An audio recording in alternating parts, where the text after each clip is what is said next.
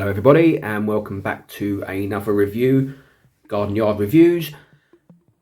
Today I'll be reviewing once again the Aliens Trident comic, and this is issue number 15 of April of 1992, valued at £1.95p in the Queen's money back then, now the King's money in the UK. So this was Trident Comics once again, and we've got the same James Cameron style of aliens in space, no one can hear you scream. And the last review, as we discussed, was the end of the Predator part of these comics. Very oddly, they had Cold War, but they didn't cover that, which was very, very strange. And that was covered in a separate Predator comic, I believe. So this is once again got the genocide story in here. Some good cover art with the xenomorph on the front cover there. Some really good detail around the mouth and stuff like that. As per usual, I'll be putting pictures in as I go through. So you got stomach churning, chest bursting, all out action. And let's open it up and see what we got. So front cover is the same as it was pretty much last time. No real changes there, no real differences. So we've got an advert for some buying a massive comic sale there, massive clearance. That'll be I think that'll be sold by now, being 1992. So I don't think they'll still be on sale. And they've changed the layup of the comics now. So there's only 2 stories in here now. So it's gone from 4 to 2. So very strangely, when they changed the layout of these comics and the way these comics were when it went into 1992, because 1991, the 1991 releases, I found were much better than these. I felt the art was better. I just generally felt that they were better, but I mean, the art in these is great, don't get me wrong. I like I've said before many times in my reviews, I'm not an artist, so by any stretch of the imagination, but they sort of writ it up that there'd be more for the value, because it had gone up in price as well from 150, because in 1990 it was 150 and it was gone up to 195 in 1992. So fair enough, everything increases every year, doesn't it? But then at this point of the comics, it's dropped down to 2 stories, but then longer. So you've got the continuation of the Aliens genocide story, which is pretty cool. And then you've got the Aliens book 1, which is obviously the continuation, the prequel of the 1991 comic strip of Aliens, which led into Earth War, which was very cool, and that was the build-up of after the Aliens movie, because in the comics, obviously, it continues from the movie. So Aliens 3, as I've said before, isn't really counted in the comic books. So a double helping of epic adventure this month. Grant and the Colonial Marine Task Force arrive on the alien homeworld and begin the most hazardous part of their mission in the 3rd part of Genocide. While Hicks and Newt struggle to survive against the threat of corporate politics in Aliens, and we've got book 1 of Aliens now. So book 1 is the continuation of the Aliens movie. So that's the continuation of that, based on characters and situations from the 20th Century Fox motion picture. So let's get into it. So, same layout again for Aliens Genocide. And the story so far. The USS Razia approaches the alien homeworld, ready to carry out its dangerous, greed-driven mission on board the ship. Tempers are already running high. So, last time we left off this story, it was basically after the Earth War, the humans have started to repopulate the Earth, recolonize it, recreate what they wanted to be. but again, corporate greed is slipping in. The remaining xenomorphs, Dr. Grant has managed to create a super soldier serum called Xenozip, and Xenozip comes from the alien royal jelly, the stuff that they dribble and use to create their hives. So basically what's happening is, on Earth, the remaining xenomorphs they're working on are running out, and they're using genetics to recreate xenomorphs for more of this royal jelly, but I don't think it's working that great, and they need actual xenomorph specimens. So once again, even though the Earth is now under control, they've started to talk about bringing xenomorphs to Earth again, once again, to obviously create this super soldier serum, this Xenozip. And it's all about corporate greed again. And there's this guy called Dr. Grant who's created it, and he's running the mission, and he sold the mission to the military, who are thinking that they can use it as a means to get a more powerful soldier. So some good art here, guys, and once again, here's the genetic experiments they've been doing. They're going wrong now. But this part of the story is pretty cool, because they're aboard the ship playing about with the genetics of the xenomorphs, and there's a weapon there, and something that's killed the specimen they've managed to create. So there's obviously someone on that mission who deeply doesn't believe in what they're doing, and someone has sabotaged it and killed the xenomorph creature. So there's a saboteur aboard the ship, unknown to anybody yet. So there is a very cool, there's a scientist who's very upset that someone's killed their specimen. So there's the soldiers talking about who's killed it. There's a weapon on board that doesn't belong to their group. So obviously there's a weapon here that doesn't belong to their group, and they're thinking who could be the saboteur, but they're also thinking that not everybody knew about the creature. So this is the ship. Very cool looking ship. Looks pretty much like the ship from Alien Resurrection, doesn't it? That style of ship. They moved away from the James Cameron style of Alien at that point, hadn't they? Alien 3 was quite dark, didn't it? And it had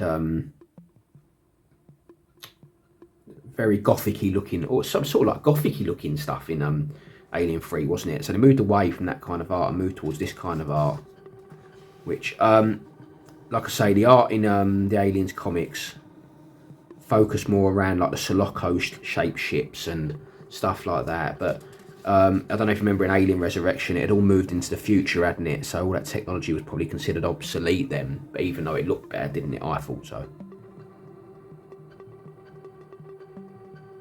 So there's the Doctor and the crew are discussing nothing worse than the enemy within, who is this saboteur.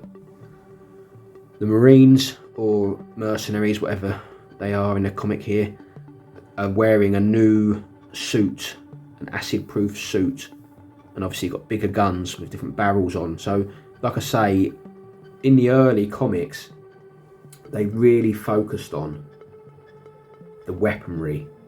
So, in these later comics, the weaponry all become more cartoony, didn't they? If you look at that sort of weapon there, it's all a bit more cartoony. But they've got these new experimental suits on that give them a lot more protection from the acid, the aliens' acid. Not much, but a bit more. So there's the craft. Everyone's inside now. It's a small ship that's obviously like an Nostromo. It's got another bit that comes off, much like the dropship in Aliens, but a very different shape, obviously, and a different type of ship altogether. You can see there's a cockpit, and there's the pilots. and it's coming into the atmosphere sort of thing. So yeah, they've gone the alien homeworld now, and this is where the genocide is going on. If you look at it, the reds and the black of the aliens, the xenomorphs, are now fighting each other for supremacy of the planet. Who's going to be in charge sort of thing, you know. Old school action hero model kits there, guys, look. Wolverine, Iron Man, Punisher. I love that Punisher TV series. That was fantastic, weren't it? The one they did with John Brethnall, whatever his name was, Bernthal. I can't never pronounce his name properly. It was very cool. Really good action. Really painted a different light on the Punisher to me. That sort of story, more realistic one. Really good. But yeah, some great art there, guys. Look at that. Xenos fighting each other, and the ship breaking orbit. And so there you go. They arrive on the planet, and they use the thrusters. Now we saw this, didn't we, in the early Aliens comics, where General Spears used the thrusters. But he used them on his own men, didn't he? And the xenomorphs, obviously, in that comic. Yeah, so they're coming into land, and they fire these devices.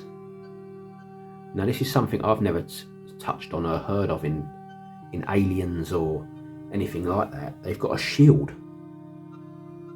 Now shields are Stargate, aren't they? They're like Star Trek, Stargate. Yeah, these personal shield devices. But again, these comics are supposed to have moved much further into the future, and things have changed. So there's the guys in their suits, and they're arriving on the planet to collect their specimens. So that's where they come out, and they're fighting within the shield to clear what they've got so far. And they're using their sophisticated weaponry to get as many carcasses as they can. There's I don't know if you remember that. There's a net gun there. I always remember that net gun from Running Man, when Schwarzenegger's Ben Richards' character is trying to outrun that tank thing, isn't he? On the airport, on the airstrip, in Running Man, and they fire at him, don't they? It's got weights on it and a net, and it wraps him up, doesn't it?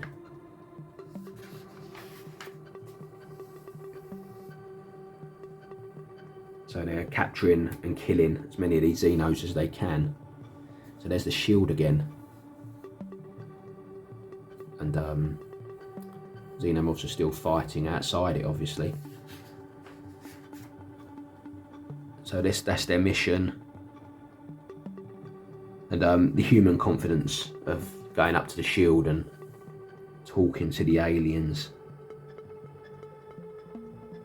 And, you know, counting on setting up a picnic table outside the ship, and because they've got this shield, and you know at some point that shield's going to fail, don't you? You just know it. So there's a red Xeno there. Very cool. And they're discussing why they're fighting each other, what's actually going on, you know. So, cool part of the comic. Lots of battle going on. As I say, I'll be posting the art as I go through. So this was where these comics were kind of coming to an end, because I don't know if they'd run out of money or they were going bankrupt at this point, but at some point they collapsed, or the company collapsed, or something like that, and it all went to Dark Horse then, which are cool comics as well. I reviewed a Dark Horse one earlier on, an Aliens one. It was really good. Yeah, so there's a suit. There's some good art there, guys, you know, in these comics as you go through. So Gardner's got a bit clumsy there, and he's got killed by a Xeno. Look, good, isn't it? So they've made a little hole in the shield now, and they're slowly letting Xenos come through, and killing them as they come through, piling them up.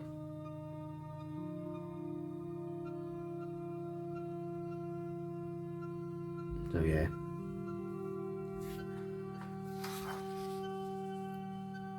It's a cool picture there. One of the mercenaries was a Xeno head, and as I say, the suits are somewhat resistant to the acid.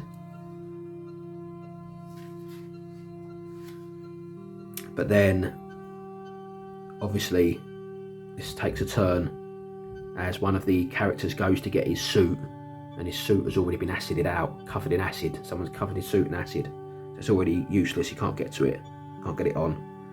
And also, there's an egg been placed in that same unit, and you just see it jump out, and then it moves on to Aliens Book 1. So, yeah, so the next edition, you should hopefully get an answer as to what happens there, so who the saboteur is and what the saboteur is about in that story.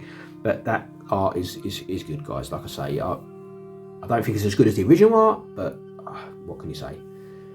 So here's Alien Book 1, and it's by Mark Verheiden, and it's based as 10 years after the clash with the aliens on Acheron colony, which was LV-426. The military decided to send a team to the homeworld to collect specimens for bioweapon research. Hicks, embittered and an embarrassment to the service due to his attitude, is persuaded to lead the team. So this is leading up to what happened after they split up, Newt, Ripley and Hicks, after the Aliens movie story. So the comics start with Newt and Hicks aboard a ship that's leaving Earth, just as Earth is being lost to xenomorphs because they get a specimen back. So these have got good art. It's purely, once again, black and white. It's gone back to black and white again. So you've got some good art here. You've got Newt's dreams. She's dreaming a lot about being born. The character Butler, who we found out was Newt's, like, it's 10 years after, isn't it? So she's older, and she's got a boyfriend called Butler, who's a Marine, but he actually finds out through injury that he's actually an android, so he doesn't actually know. So I originally spoke about this, didn't I, with the characters like Cole from Alien Resurrection, and did Ash know he was an android, or was he activated at a certain time to understand he was an android, or was he just a, like I say, a character that what would the word be, subterfuge, like he's not really an android sort of thing. So, you know, there you go. But so that's Newt, and she's after the LV-426 mission, she's now having dreams of going back in time. This is LV-426 when it was a terraforming colony when she was born and stuff like that. Covers lots of dreams about how she was treated after aliens. Different bits and bobs. This Hicks is turned heavily to drink, scarred face, how bitter he was after the incident, and they were trying to get him, like I say, to lead a mission to go and get a specimen, even though they've sent Ripley on a mission to go and get a specimen as well at the same time, because they're desperate to get a specimen. And that was how they split Newt, Hicks and Ripley up, because they said to Ripley, well, we've got those guys, and if you don't do what we say, they're going to have a bad time back on Earth. So that forced Ripley to have to work and do certain things that she didn't want to do, you know. So there's some good art there, again, of Newt dreaming. All this time she's in like a hospital environment, and this is Butler in like a and Hicks in like an oil war on Earth, an oil conflict. So this was obviously before Acheron, or just after it, because trying to read up on when it actually happened is quite difficult, but it runs into how Hicks meets Butler. And obviously in the some point of this, Butler is going to get chopped in half, and that's when he realises that he is an android. He's actually an android, which is really cool. So this is as obviously goes into Hicks now somehow breaking into the hospital. He fights his way in, and he's going to rescue Newt from the hospital.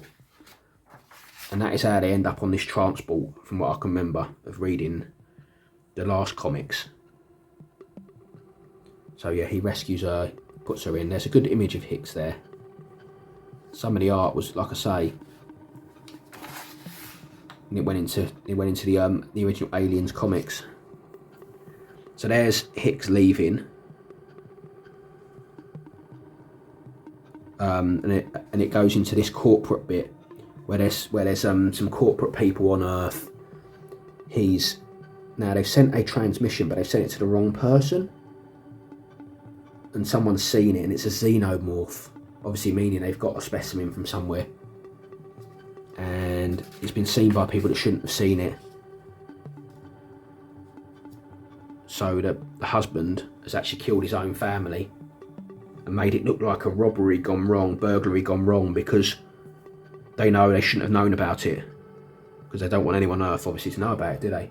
Because that's the whole bioweapons division thing, wasn't it? You wouldn't get something like that past quarantine, weren't it? Remember, in Aliens. So yeah, good stuff. It's a good comic. The old Star Trek Monthly comic there on the back. Discussed Star Trek in the last episode, didn't we? So yeah, again, another good comic. It's a good series, coming to an end now, so this is 15. Now I'm a little bit confused because issue 16 has clearly on the cover fearsome final episode, but then I've managed to get a 17 as well. So I'm going to have to look into that, but yeah. So thanks for tuning in. Don't forget to like and subscribe. I'll see you on the next one. Stay frosty. See you again soon. Bye-bye.